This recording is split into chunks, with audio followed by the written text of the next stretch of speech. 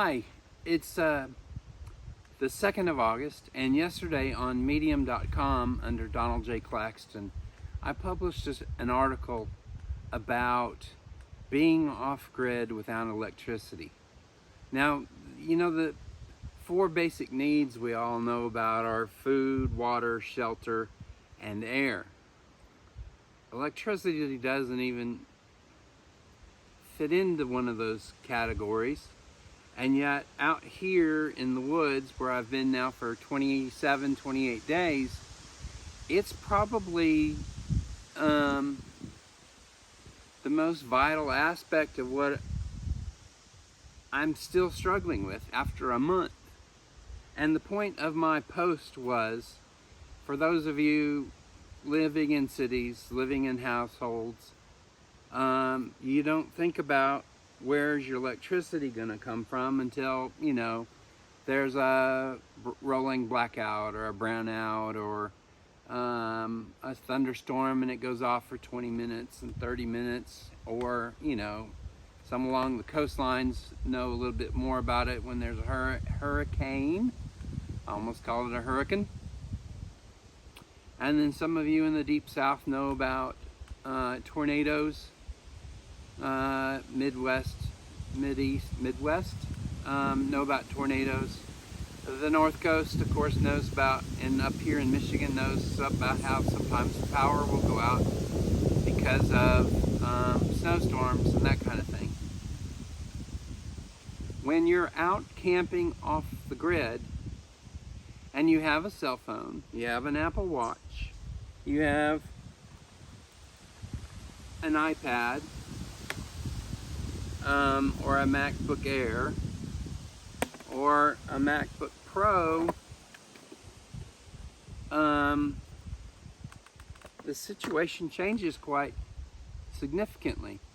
I have sleep apnea. If I sleep without my CPAP machine, which I have here, and I have been sleeping without now for much too long, I stop breathing in my sleep about 80 times an hour. And when I don't breathe, my body jerks me awake so that I can start breathing again. And that also causes snoring problems. Not that that's going to bother anybody out here except for poor Macy, my dog. Probably keep the bears and the other coyotes and wolves away. But when you're out here, you start to think about how much energy is my phone being drained right now while I'm shooting this video. If I want to listen to any music through my phone, it also takes energy out of my watch. Now, the great thing about the Apple Watch, this is a 5th generation, it doesn't take very long to recharge. But it's got to be recharging from something, as does the phone. Now, I can plug it all into the car, but it's about 15 miles that way to the nearest highway. The power lines stop 4 to 5 miles to the south. There is no power anywhere around me. Anywhere. I have this solar panel. It does 9 volts. And it works pretty well for parts of the day when the sun has enough room to shine down into this space. Now, I could cut down some trees, but then I'd have some most everybody fussing at me because, hey, why are you taking down the trees just so you can get a few more minutes of charge on your phone? It doesn't make sense, does it? But this panel here, it does work. It works pretty well, as a matter of fact, if I can get it to come off. If I hold it at the right angle, it is the Thunder Solar 9-volt power Magnum Solar foldable solar panel, and it works great. It's got a little kickstand on it, and when it's in sunlight, you can see how much power it's taking in or putting out, and then it's got 2 standard USB ports. the USB port works for the iPhone. It does not work for the iPad Pro. And as you know, for those of you who have iPads, particularly some of the older ones, they take forever and a damn day to charge, to recharge, even if you're plugging it in at the home or at the office. So that gets to be a problem to deal with. If you're out here or you go into town, you're not going to sit there at a place for 9 hours and recharge the iPad. So for me right now, it's become something of a brick, or something I can use when I do go to a cafe or a place. There's a great bagel place in Marquette on 3rd Street. Highly recommend it. They're very friendly. The food is absolutely fantastic. And I take a power strip in there, and I'm able to get some good electricity for an hour, hour and a half is what I feel comfortable staying in there that long. There's a Big Boy restaurant here in town. They have a plug outside, and they'll let you sit at table 47 to get electricity the same way, plugged into the wall. But again, you're only going to be there for a very limited time, so it's not like you can sit there and spend all day recharging your iPad. What is good about this is I am an Adobe affiliate, and the Premiere Rush that's made for the iPad by Adobe, that comes with the Creative Cloud for the computer, is fantastic. I love it as an editing suite. Back home in storage, I have an iMac 27-inch with 40 gigabytes of RAM, and it'll run like, you know, a Ferrari. But I don't have that out here, and so I can't even put my Adobe stuff on this thing because it has 4 gigabytes of RAM, and that's just the squirrels. Even if I gathered some here in the woods and put it in this thing, would not power Premiere Pro. I also have the 17-inch from 2012, which I love because it's still got the keyboard that is great to use and was wonderful until Apple screwed it up and went with that other whatever system that they used. But again, this has 8 gigabytes of RAM in it. The new M1 machines don't even have gigabytes anymore. They've called it some other thing, and we have a bug problem. So what I have been doing is during the day, this Swiss Tech unit charges through the solar panel every day, and at most, since I've had it for almost a month now, it's may have gotten to 70 some odd percent, because like the iPad, this takes forever and a day to get charged up when you're charging it through the normal USB cable that's plugged into a thingy-mabob in the wall. And even if at that it says it's going to take all day for it to charge plugged into the wall. Now the Thunderbolt solar panel works real well, but even to charge my iPhone 13 Pro Max that I'm videotaping with, the box says it's going to take 8.5 to 9 hours to charge my iPhone up to where it would need to be if it started the day with a very low charge. We've already talked about the CPAP machine. I also have my Black & Decker drill out here because I've been making a desk and I'm working on bedposts, and I want to be able to put a 1-inch hole through this piece of wood, this piece of wet maple, and the 12-volt Black & Decker drill. While I have built tons of things with it through the years, it just isn't going to cut it, literally, when it comes to a board like this. And I've been looking for more batteries. I can't find them, and they're not going to be inexpensive once I do. So going off grid, you look for food, which that's another issue. We'll get into it another day. Water, I've been buying jugs, 1 gallon jugs or more from Target and Walmart. So I try to keep about 10 to 12 gallons of water on hand in jugs all the time. I also get the water bottles, so that's food and water taken care of. I have the ice chest, but even that's becoming a problem. Shelter, we've got the big tent. It says Ozark Trail says it'll sleep 10 people. With my desk in there, with a Great Pyrenees at my side, and a sleeping bag and space for me to sleep in there. You're not going to fit 10 people in that tent. But the problem is solved. We were sleeping in the little pup tent for the first several nights we were here, and thankfully there were some kind people who sent us some funds to help us get the bigger tent. But what I encourage to think about, people to think about during my Medium post, was that for those of you still living in the city,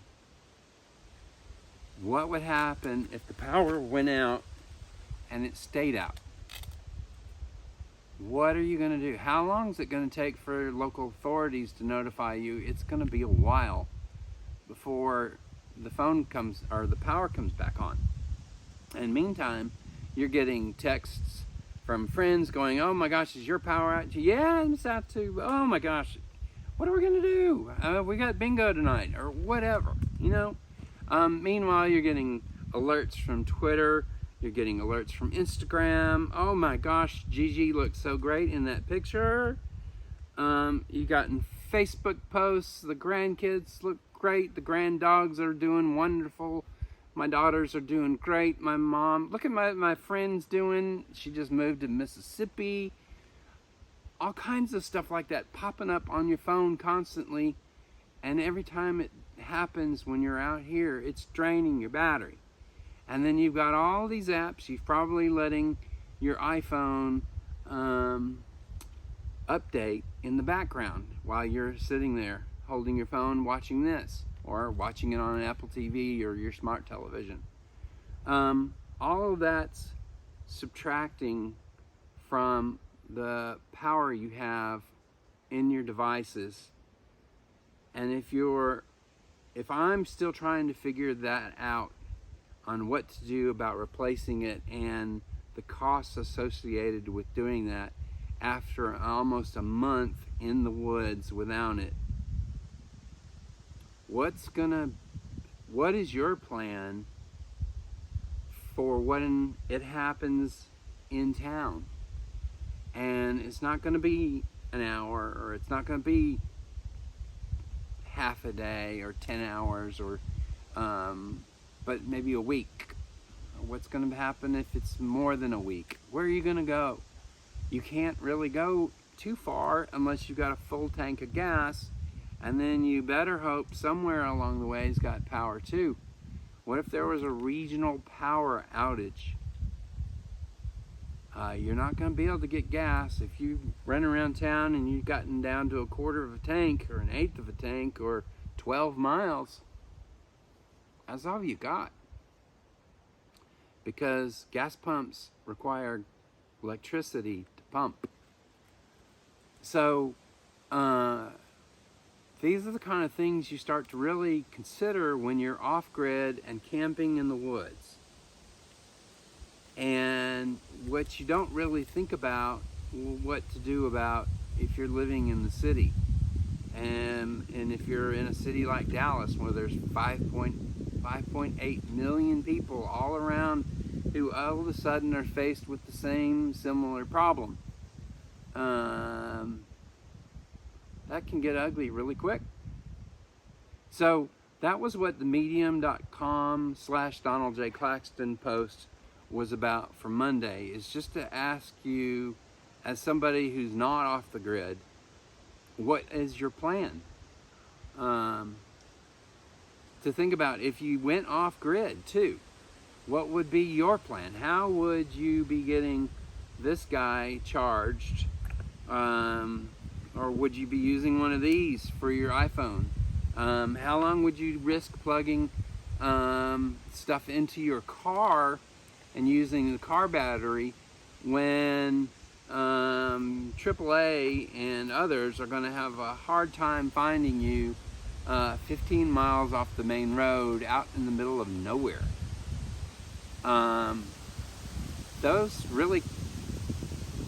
Those issues really get your attention fast.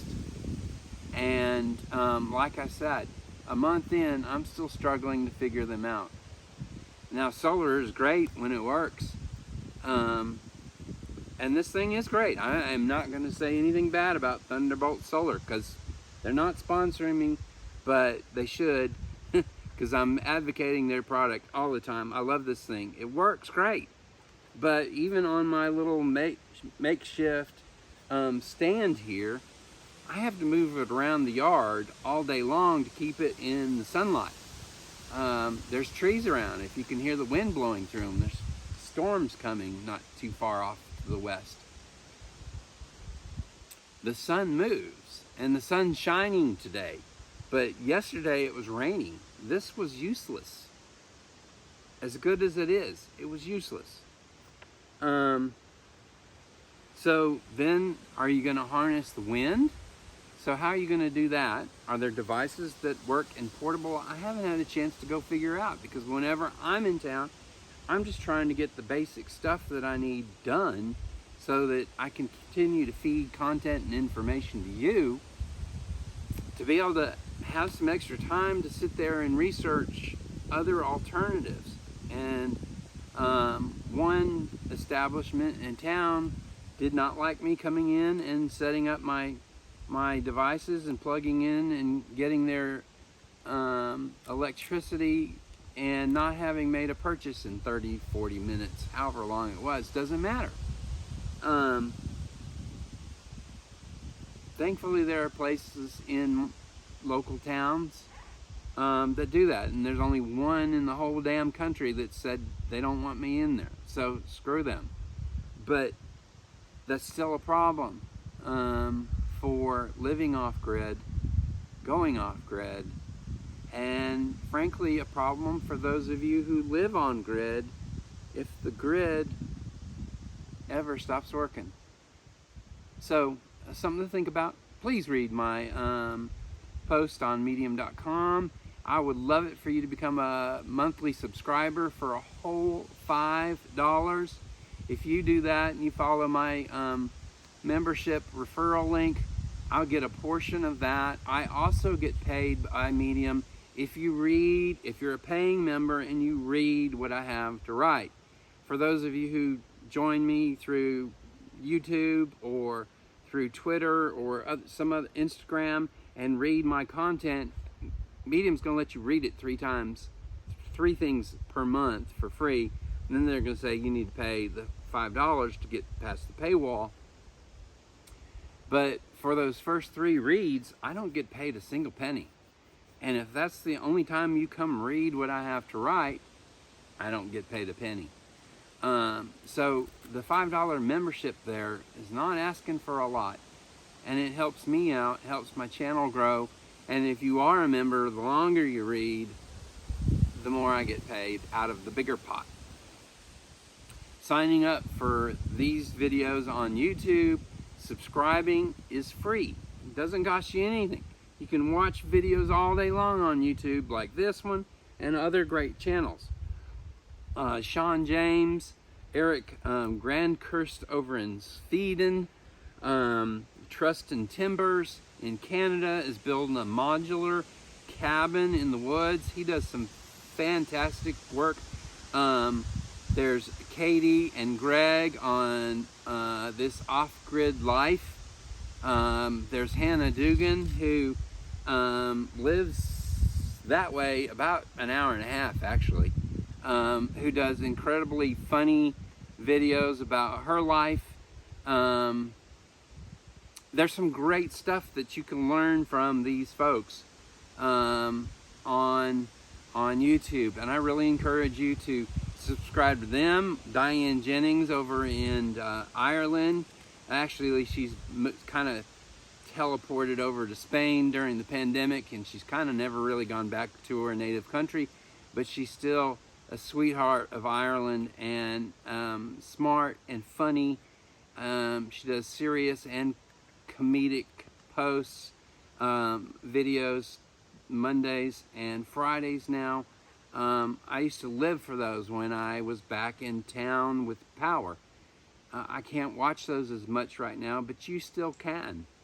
And I really encourage you to do so, because watching those people helped inspire me to come out here and try this myself. Sean James and his My Self-Reliance, I think, is probably the godfather of doing this kind of thing, and really getting people to think about being reliant on themselves rather than the grocery store or the power company, or you name it, right down the list, for food, for energy, shelter, and for the air he breathes. The man's very skilled and has some great content, and has taught me so much. So I'm trying to give back here through this channel. I appreciate your support.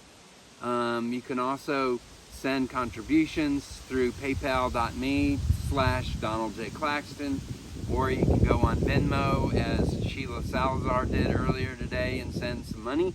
That helps keep me out here in the woods and supporting what I'm doing, so that I can help others and inspire others, and maybe solve some of the problems about going offline and facing emergencies that maybe one day the whole country may face. So thanks for watching, thanks for listening, thanks for your support. We'll talk in a few days about something just as important. Have a great day.